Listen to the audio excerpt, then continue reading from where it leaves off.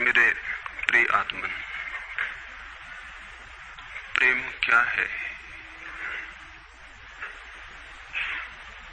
जीना और जानना तो आसान है, लेकिन कहना बहुत कठिन है। जैसे कोई मछली से पूछे कि सागर क्या है, तो मछली कह सकती है ये है सागर, ये रहा, चारों तरफ वही है। लेकिन कोई पूछे कि कहो क्या है, बताओ मत, तो बहुत कठिन हो जाएगा मछली को। आदमी के जीवन में भी जो श्रेष्ठ है, सुंदर है और सत्य है, उसे जिया जा सकता है, जाना जा सकता है, हुआ जा सकता है, लेकिन कहना बहुत मुश्किल है। और दुर्घटना और दुर्भाग्य यह है कि जिसमें जिया जाना चाहिए, जिसमें हुआ जाना चाहिए, उसके संबंध में मनुष्य जाति 5-6 हजार वर्ष से केवल बातें कर रही है। प्रेम की बात चल रही है, प्रेम के गीत गाए जा रहे हैं, प्रेम के भजन गाए जा रहे हैं, और प्रेम का मनुष्य के जीवन में कोई स्थान नहीं है। अगर आदमी के भीतर खोजने जाएं तो प्रेम से ज्यादा असत्य शब्द दूसरा नहीं मिलेगा। और जिन लोगों ने प्रेम को असत्य सिद्ध कर दिया है और जिन्होंने प्रेम की समस्त धाराओं को अवरुद्ध कर दिया है, और बड़ा दुर्भाग्य यह है कि लोग समझते हैं वे ही प्रेम के जन्मदाता भी हैं। धर्म प्रेम की बातें करता है, लेकिन आज तक जिस प्रकार का धर्म मनुष्य जाति के ऊपर दुर्भाग्य की भांति छाया हुआ है, उस धर्म ने ही मनुष्य के जीवन से प्रेम के सारे द्वार बंद कर दिए। और न इस संबंध में पूरब और पश्चिम में कोई फर्क है, न हिंदुस्तान में और न अमेरिका में कोई फर्क है। मनुष्य के जीवन में प्रेम की धारा प्रकट ही नहीं हो पाई, और नहीं हो पाई तो हम दोष देते हैं कि मनुष्य ही बुरा है, इसलिए नहीं प्रकट हो पाई। हम दोष देते हैं कि ये मन ही जहर है, इसलिए प्रकट नहीं हो पाई। मन जहर नहीं है, और जो लोग मन को जहर कहते रहे, उन्होंने ही प्रेम को जहरीला कर दिया, प्रेम को प्रकट नहीं होने दिया। मन जहर हो कैसे सकता है? इस जगत में कुछ भी जहर नहीं है। परमात्मा के सारे उपक्रम में कुछ भी विष नहीं है, सब अमृत है। लेकिन आदमी ने सारे अमृत को जहर कर लिया है, और इस जहर करने में शिक्षक, साधु संत और तथाकथित धार्मिक लोगों का सबसे ज्यादा हाथ है।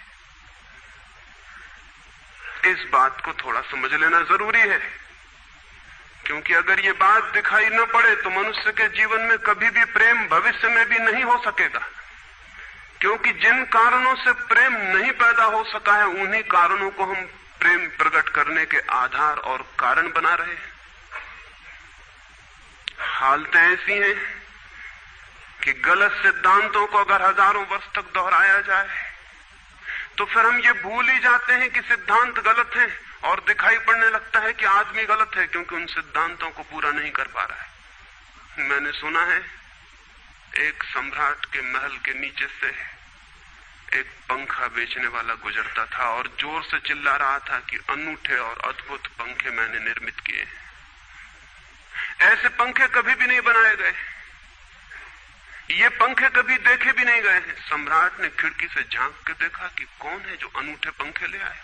सम्राट के पास सब तरह के पंखे थे, दुनिया के कोने कोने में जो मिल सकते थे। और नीचे देखा, गलियारे में खड़ा हुआ एक आदमी, साधारण 2-2 पैसे के पंखे होंगे, और चिल्ला रहा है कि अनूठे, अद्वितीय। उस आदमी को ऊपर बुलाया और पूछा कि इन पंखों में क्या खूबी है, दाम क्या है इन पंखों के? उस पंखे वाले ने कहा कि महाराज, दाम ज्यादा नहीं है, पंखे को देखते हुए दाम बहुत कम है, सिर्फ 100 रुपए का पंखा है। सम्राट ने कहा 100 रुपए? ये 2 पैसे का पंखा जो बाजार में जगह जगह मिलता है, 100 रुपए दाम, क्या है इसकी खूबी? उस आदमी ने कहा खूबी ये पंखा 100 वर्ष चलता है, 100 वर्ष के लिए गारंटी है, 100 वर्ष से कम में खराब नहीं होता है। सम्राट ने कहा इसको देख के तो ऐसा लगता है कि सप्ताह भी चल जाए, पूरा तो मुश्किल है। धोखा देने की कोशिश कर रहे हो, सरासर बेईमानी, और वो भी सम्राट के सामने। उस आदमी ने कहा आप मुझे भली भांति जानते हैं, इसी गलिहारे में रोज पंखे बेचता हूं, 100 रुपए दाम है इसके, और अगर 100 वर्ष न चले तो जिम्मेदार मैं हूं, रोज तो नीचे मौजूद होता हूं, और फिर आप सम्राट हैं, आपको धोखा देके जाऊंगा कहां। वो पंखा खरीद लिया गया। सम्राट को विश्वास तो न था, लेकिन आश्चर्य भी था कि यह आदमी सरासर झूठ बोल रहा है, किस बल पर बोल रहा है। पंखा 100 रुपए में खरीद लिया गया और उससे कहा कि 7वें दिन तुम उपस्थित हो जाना। 2-4 दिन में ही पंखे की डंडी बाहर निकल गई, 7वें दिन तो वो बिल्कुल मुर्दा हो गए। लेकिन सम्राट ने सोचा कि शायद पंखे वाला आएगा नहीं, लेकिन ठीक समय पर 7वें दिन वो पंखे वाला हाजिर हो गया। उसने कहा कहो महाराज। उन्होंने कहा कहना नहीं है, ये पंखा पड़ा हुआ है टूटा हुआ, ये 7 दिन में ये गति हो गई, तुम कहते 100 वर्ष चलेगा। पागल हो या धोखेबाज क्या हो। उस आदमी ने कहा कि मालूम होता है आपको पंखा जलना नहीं आता है, पंखा तो 100 वर्ष चलता ही, पंखा तो गारंटीड है, आप पंखा जलते कैसे थे। सम्राट ने कहा और भी सुनो, अब मुझे ये भी सीखना पड़ेगा कि पंखा कैसे किया जाता है।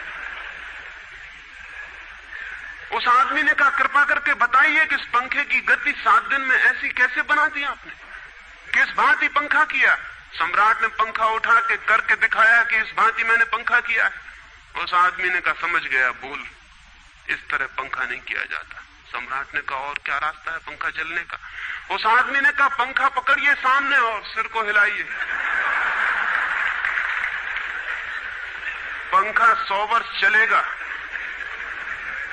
आप समाप्त हो जाएंगे लेकिन पंखा बचेगा। पंखा गलत नहीं है, आपके जलने का ढंग गलत है। यह आदमी पैदा हुआ है 5-6 हजार या 10 हजार वर्ष की संस्कृति का, यह आदमी फल है, लेकिन संस्कृति गलत नहीं है, यह आदमी गलत है। आदमी मरता जा रहा है रोज, और संस्कृति की दुहाई चलती चली जाती है कि महान संस्कृति, महान धर्म, महान सब कुछ, और उसका ये फल है। आदमी उसी संस्कृति से गुजरा है और ये परिणाम है उसका। लेकिन नहीं, आदमी गलत है और आदमी को बदलना चाहिए अपने को। और कोई कहने की हिम्मत नहीं उठाता कि कहीं ऐसा तो नहीं है कि 10,000 वर्षों में जो संस्कृति और धर्म आदमी को प्रेम से नहीं भर पाए, वो संस्कृति और धर्म गलत हो।